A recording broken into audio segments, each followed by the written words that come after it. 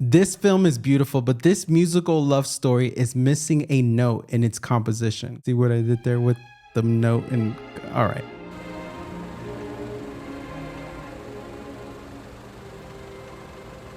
Maestro is a soaring love story capturing the lifelong bond between Leonard and Felicia Bernstein. It's an emotional tribute to life, family, marriage, and love. Halfway through the film, I turn to my partner and I say, Bradley Cooper is an incredible director. The film's tone, the music, and even the subtle, perfectly timed jokes all work.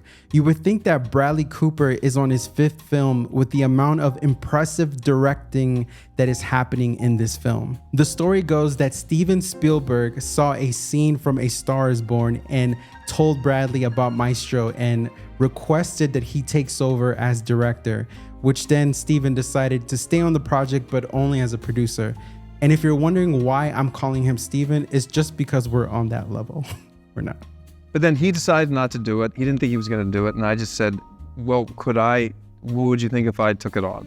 And then I showed him A Star is Born. And then he said, yeah, then I had to get the rights to the music from the kids. And then it just all started and I just started doing research. And that's how it started back in 2017, the end of 2017. If you geek out about films and movies like I do, then you know how passionate we are about directors. And Bradley is so impressive that I wouldn't be surprised if his fan base is starting to grow. Visually, this film is beautiful. If you're a fan of movies from the 40s like I am, let's say Citizen Kane, Notorious from Hitchcock, Double Indemnity, baby. I'm crazy about you, baby. As a fan of those films, this movie was just mesmerizing to me, especially in the first hour and 15 minutes when it stayed in that black and white theme. The partnership of Bradley Cooper and Matthew Libatique was just so perfectly, and it was beautiful to see. Thankfully, I had the pleasure of seeing it on the big screen and I can appreciate these beautiful scenes even more. So just to give you an example, and without giving anything away, of course, there's a scene where it's Felicia and Leonard, they're having a conversation, but there's a parade outside of the window. So the shot goes like this. It's a room, you see the environment of the room, you have the subjects, then you have the window, and then the parade. These shots you would find throughout the entire movie, and they were just so visually beautiful. Speaking of Felicia, my favorite shot is when we get introduced to Felicia in the movie.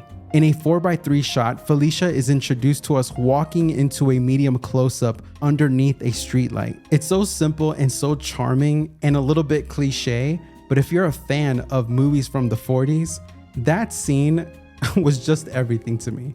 Carey Mulligan's chemistry with Bradley was great. You can tell that they spent a lot of time to get this right. So how long do we have to do this for? Well, we need to build up a very strong connection. And I hope I don't lose you here, but if I had to pick my favorite performance, it belongs to Carey Mulligan. This film takes place in different eras, and while everyone's smoking cigars and talking differently, Carey's performance is just the most natural, the most organic, and it just felt right every time, no matter what era she was in. Look at me now. Who's the one who hasn't been honest? And yes, Carey's performance was personally my favorite, but you could argue that Bradley's was the best one because it was the most transformative and perhaps the most impressive one. If summer doesn't sing in you, then nothing sings in you.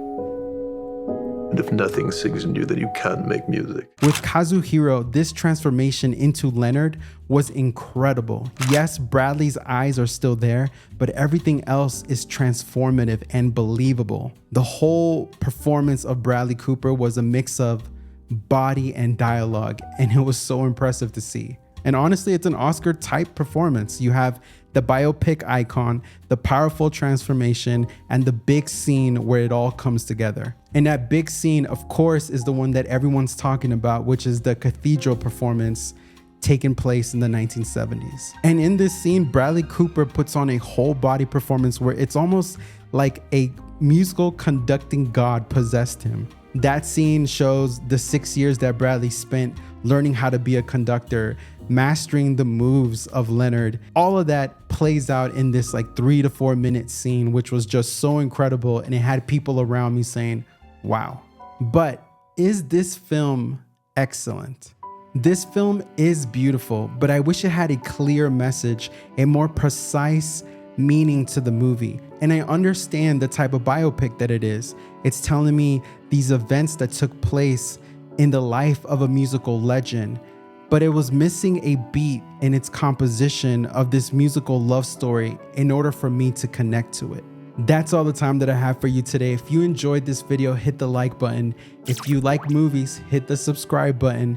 And if you want to check out my review on Past Lives, which is another Oscar contender this year, check out this video right here.